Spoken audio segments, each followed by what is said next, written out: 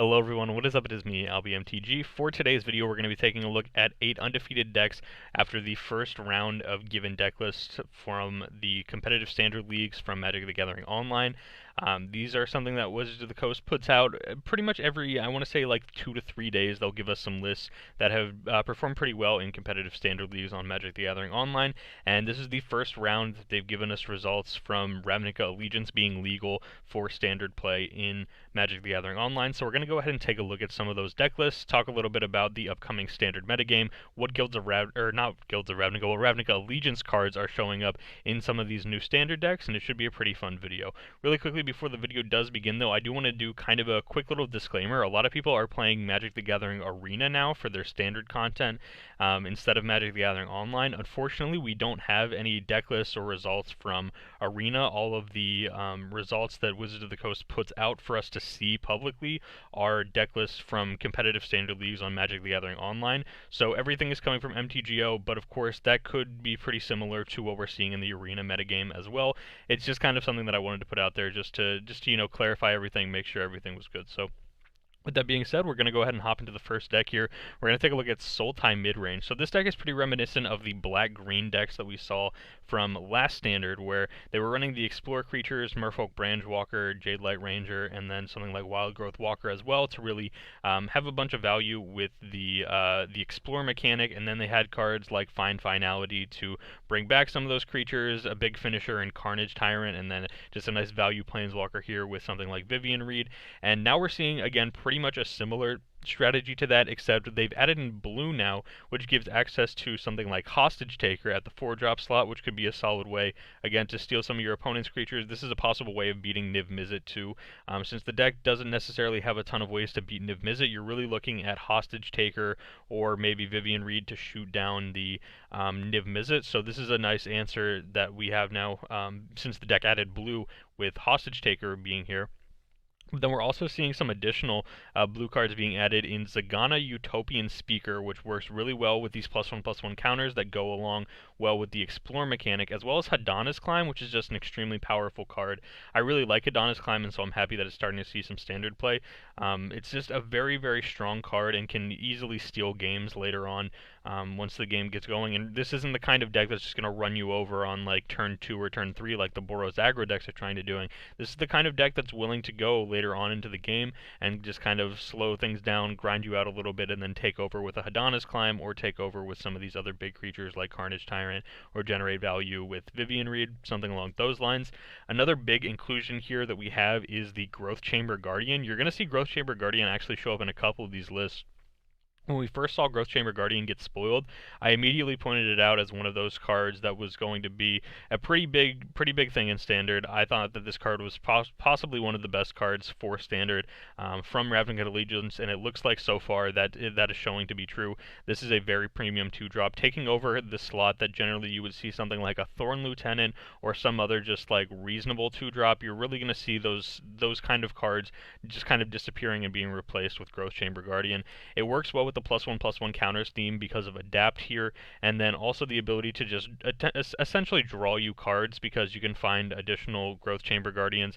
It's pretty nice. And then of course the +1 counters also works well with something like Incubation Druid, where if you have a way to put a +1/+1 counter on the Incubation Druid, or you also have the Adapt mechanic as well, then the Incubation Druid can really start tapping for quite a few mana as well. And then having the adaptability means that later on in the game, this mana dork can sometimes just start beating down for 3 as well. A 3/5 is a reasonable creature to start putting some pressure on your opponent.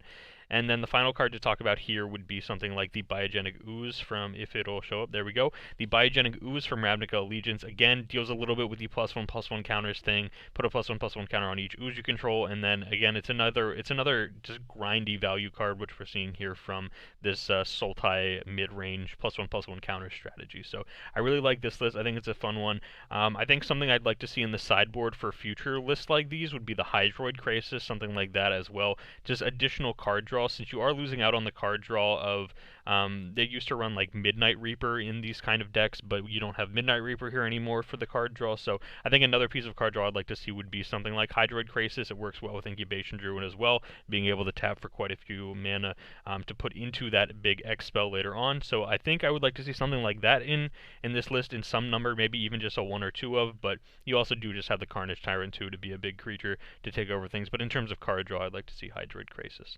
On to the next deck here, we're going to take a look at Gruel Aggro.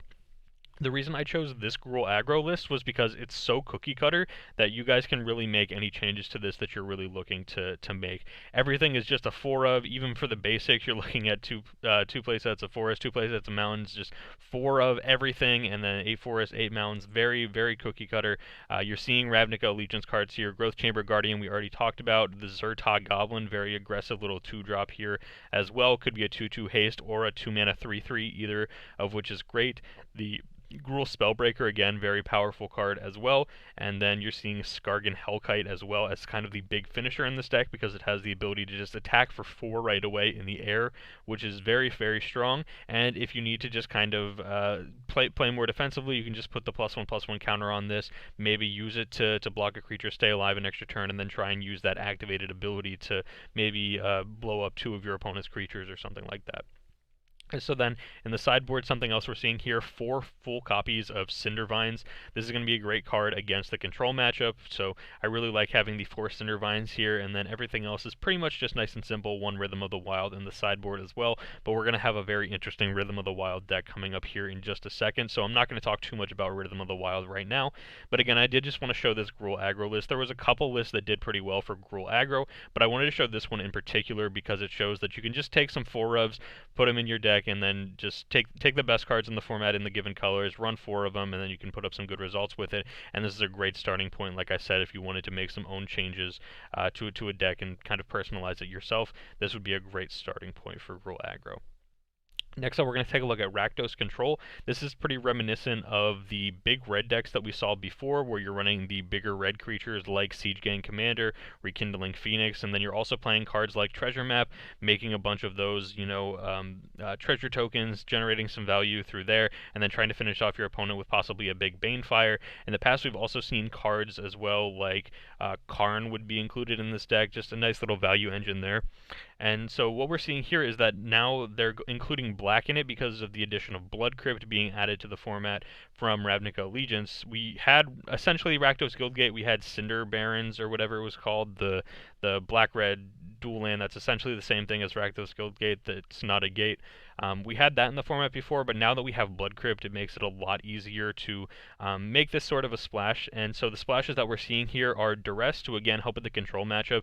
From my experience playing the big red deck, control was by far one of the worst matchups. It was just something that you hated to play against because their answers were perfectly lined up against yours, and you would have a lot of dead spells in the game. So Duress helps a lot against the control matchup. But then something else we're seeing here is Bedevil.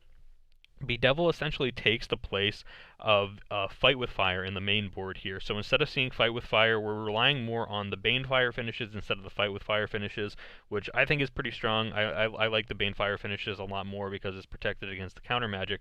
But Bedevil, again, just a fantastic removal spell. You have a little bit more protection now against your opponent playing something like a Teferi, playing something like a Vivian Reed. So you have the ability to interact a little bit with these Planeswalkers, as well as just have a big removal spell for the creatures you can't deal with, something like Lyra Dawnbringer, Doom Whisperer, those bigger creatures that are out of Lava Coil and Shock range. So I do like that inclusion. Next up we have B-Deck Bedevil. This is a card I'm not super big on. I'm not super big on this one. I think I almost would have rather have seen Carnival Carnage, the uncommon dual Rakdos card from Ravnica Allegiance. I think I kind of would have liked to have seen that in this list. But B-Deck, again, just kills off the smaller creatures, nice against aggro, and then Bedazzle can take care of a land later on in the game and deal some damage to the opponent. So again, we talked about how bad the control matchup is, so killing something like an Azcanta the Sunken Ruin or some other relevant land like that could be pretty important. Maybe another flipped land of their own, like if their opponent has a Treasure Cove, for example, or one of these other Ixalan flip lands, then it could be a nice way to remove the opponent's land. And then you also get access to the Eldest Reborn here as well for the Black Splash, which is a pretty nice little inclusion here as well. So yeah, I think this deck is pretty sweet, and I'm definitely going to be testing out this one as well because I really enjoyed playing the big red decks in the previous format. Next up, we're looking at Esper Control. This list, I wanted to show off. There were a couple of decent control lists. This was the control list that I personally liked the best. And I wanted to show there was a lot of speculation about whether Kaya's Wrath would be playable. This was something I wrote about a little bit for Cardsphere, my sponsor. They asked me to do a little write-up thing on a couple of cards, and Kaya's Wrath was one of the cards that I wrote up because I said that a lot of people are saying it's going to be hard to play with white, black, and the mana cost, so it's going to have to be a black-white control deck. And I said we're playing in a checkland, shockland standard. This card is definitely going to be playable. 4 mana Wrath with upside is just going to be something fantastic for standard control decks. And so here we are, you can see it, 3 Kaya's Wrath. As the main card draw engine, they're running Notion Rain here to go along with Revitalize to kind of gain back some of that life that they're losing by using Notion Rain as their main card draw engine. Only 1 copy of Chemist's Insight, and also 1 copy of Warrant Warden, which again is a nice little control card for this deck here as well. Warrant being able to slow down the more aggressive starts from the opponent, and then Warden potentially making a 4/4 flyer later on in the game is a nice way to end things out. Notably, this list doesn't have cards like Search for Azcanta in it, and instead they chose to go with Treasure Map over Search for Azcanta. As your main win condition for this Esper Control deck, you're kind of doing what the Turbo Fog decks were essentially trying to do before, minus the Nexus of Fate, where you're using the Teferi lock as your main win condition. You just remove all of their permanents, protect Teferi no matter what, and then just win by attacking with Karn Scion of Urza tokens or attacking with the Warden 4/4 Sphinx, something like that. Aside from that, there's no additional creatures or anything of that nature. And then also another inclusion here is Cry of the Carnarium, which again we had this sort of effect before with Golden Demise in standard. But with Cry of the Carnarium, the upside is that you're exiling the creature cards instead of doing something like giving your creatures not -2/-2, which was the upside on Golden Demise. And for a deck that's not running any creatures, as you guys can see here, in the sideboard there's 4 Thief of Sanity and 3 Lyra Dawnbringer. Those are the only creatures in the 75. So you really don't care too much about not giving your creatures -2/-2 if you have Ascend. So the Cry of the Carnarium is definitely a big upgrade on that slot for this Esper Control list. Next up, we're going to take a look at Temur Vanifar. This was the Rhythm of the Wild deck that I was talking about a little bit earlier. I really like this list. I think this list seems like a lot of fun to play. So you are essentially revolving your deck around Prime Speaker Vanifar, which is the new Birthing Pod. 4 mana, 2/4, tap it, sacrifice another creature, search your library for a creature card with converted mana cost equal to 1 plus the sacrifice creature's converted mana cost, put that onto the battlefield, then shuffle your library. So really, you're just a very big creature-centric deck. You're running essentially all creatures. The only non-creatures are Adventurous Impulse, which is a way for you to select which creature you would like to be drawing, and then Rhythm of the Wild, which again gives your creatures the ability to not be countered, which can be really good against the control matchups. And then you have non-token creatures you control have Riot, which gives them the choice of either a +1/+1 counter or haste. A +1/+1 counter, of course, could be really solid. You're playing some really solid creatures in here, and so giving them +1/+1 counters could be pretty reasonable. However, the ability to have haste works really well for Prime Speaker Vanifar because it means you get to activate that ability the turn that Prime Speaker Vanifar comes out, which can be really, really strong. You are running a ton of mana dorks here as well, since you are playing some bigger creatures like Palaka Worm, Ravager Worm, Dream Eater. You're running 4 Llanowar Elves, 2 Druid of the Cowl, and 4 Incubation Druid, so you are really dependent on your mana. You need to make sure that you have the mana to be able to cast your spells for these creatures, but Rhythm of the Wild, again, works out pretty well because with that Riot ability, you can give haste to your mana dorks that come in later on in the game, and then they can tap for mana again as well on the turn that they come out, which can be really, really crucial in having turns where you can just kind of empty out your hand, play several creatures all at once, which can be really good. And then you're running, again, some token generators, which I think is really nice with Rhythm of the... Or actually, this says non-token, right? Yeah, so never mind. I was going to say the Rhythm of the Wild giving the tokens Riot as well works, but that doesn't work. But yeah, just even going wide with these tokens, Biogenic Ooze, CGN Commander, going wide with them gives you another route to potential victory.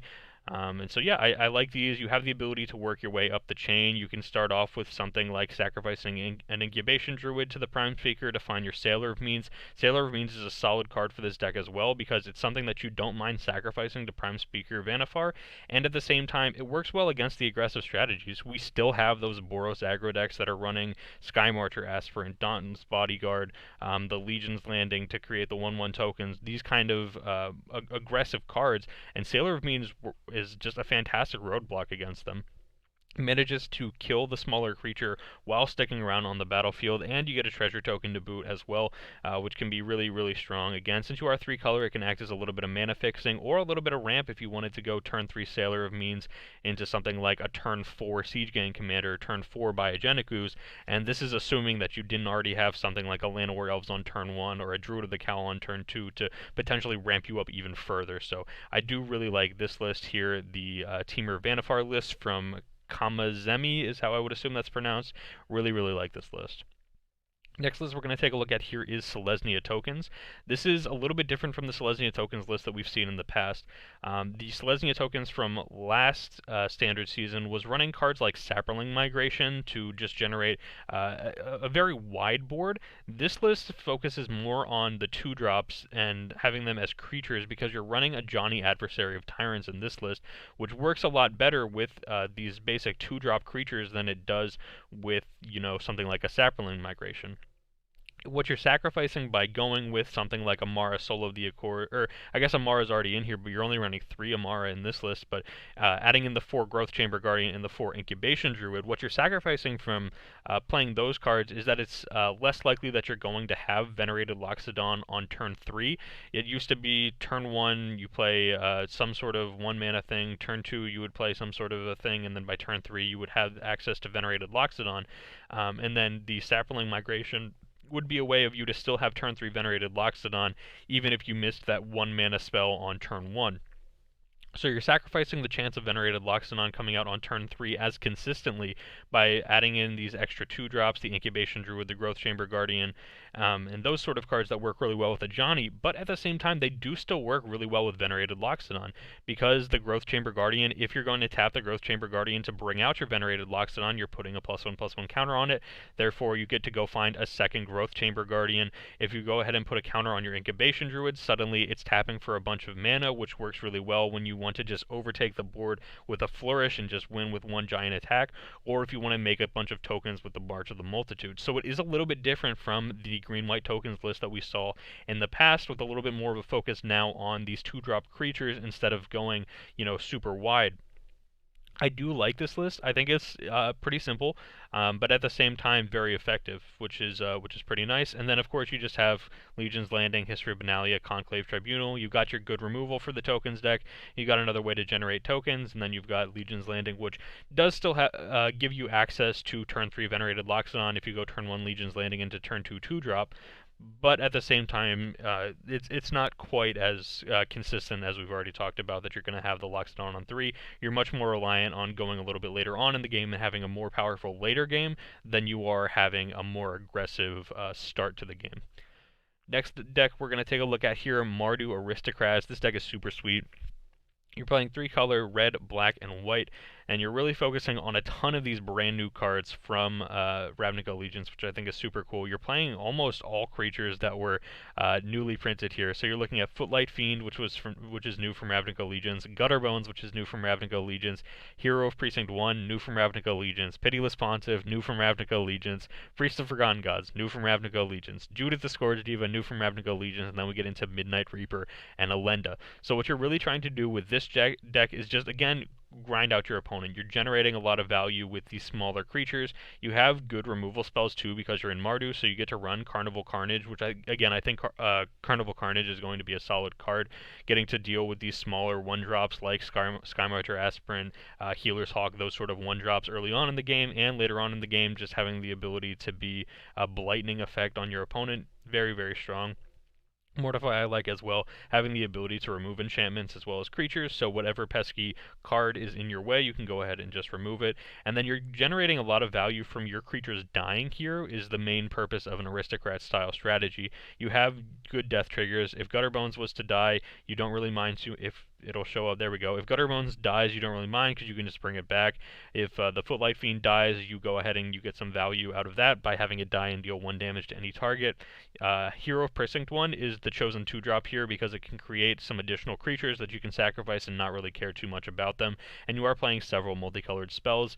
You're playing the Footlight Fiend, you're playing the Pontiff, you're playing Judith, Alenda, Mortify, Carnival Carnage, and Theater of Horrors, as well as some of these sideboard cards like Angrath and Ethereal Absolution as well, which can help trigger the Hero of Precinct 1. You have the Pitiless Pontiff as your main sacrifice outlet. You have Priest of Forgotten Gods, which again is another fantastic sacrifice outlet here.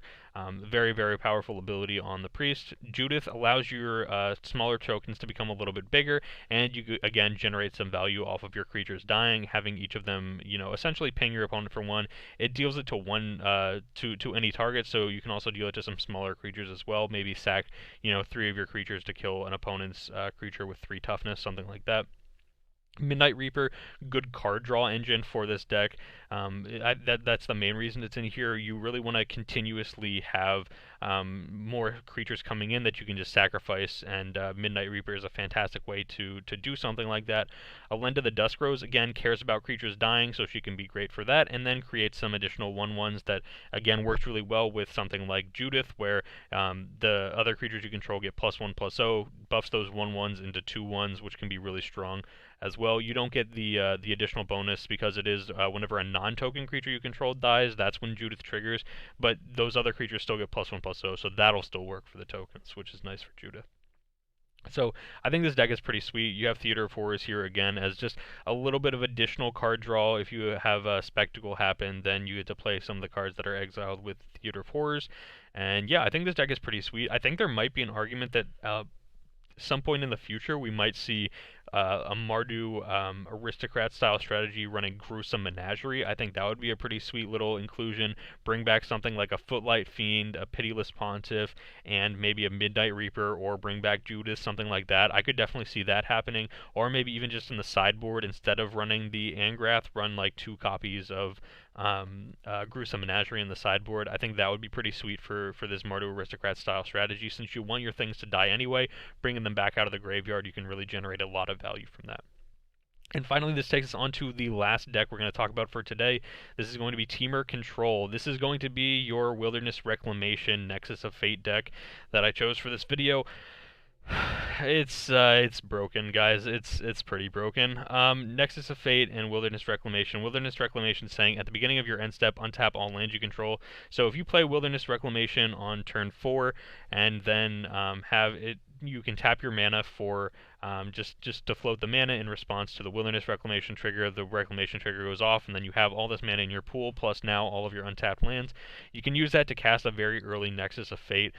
This list, notably, only running 1 Nexus of Fate. This list plays a little bit differently, but because this is Temur instead of Bant, what you're getting access to, instead of something like Teferi and the Bant Turbo Fog sort of strategy that revolves around Nexus, what you're getting here is an alternative win condition via Explosion.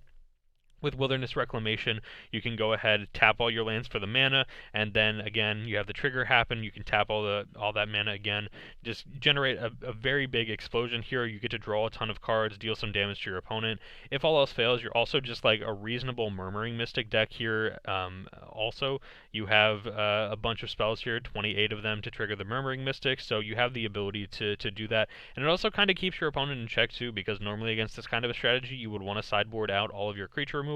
If they don't sideboard out their creature removal, you can just take over with Murmuring Mystics and some of these other cards, in the post-board games, or even just if they're low on creature removal. Murmuring Mystic has 5 toughness, so it is pretty hard to kill unless you're running some unconditional removal spell like a Bedevil or Vraska's Contempt, something along those lines. So I do really like this Temur Control list. You're also seeing Growth Spiral included here. I really thought that the list that would take advantage of Wilderness Reclamation the most would be the Turbo Fog style strategy out of Bant.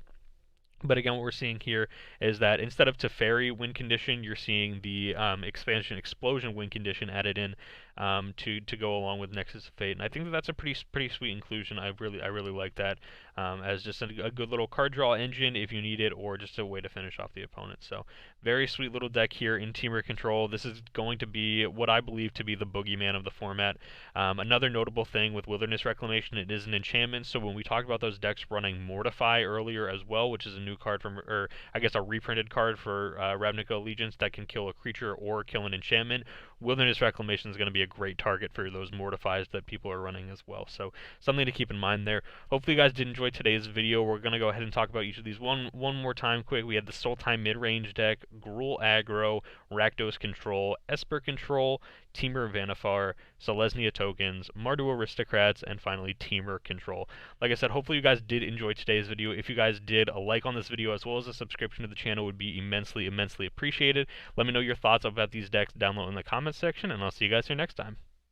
Thank you all so much for watching today's video. We went over 8 of the new decks that you're going to be seeing taking over the Ravnica Allegiance standard metagame. Should be a lot of fun playing this new standard season. I'm quite ready for it. At the end of all of my videos, I'd love to give a huge shout out and thank you to my patrons over on the Patreon page for this month. So huge shout out and thank you to Jeremy, Rodrigo, Jason, Daniel, Badwolf MTG, Down Under MTG, and Jayathy Sworn for supporting me this month over on the Patreon page. Definitely means a lot. Hopefully you guys enjoyed the video, and like I said, I'll see you guys here next time.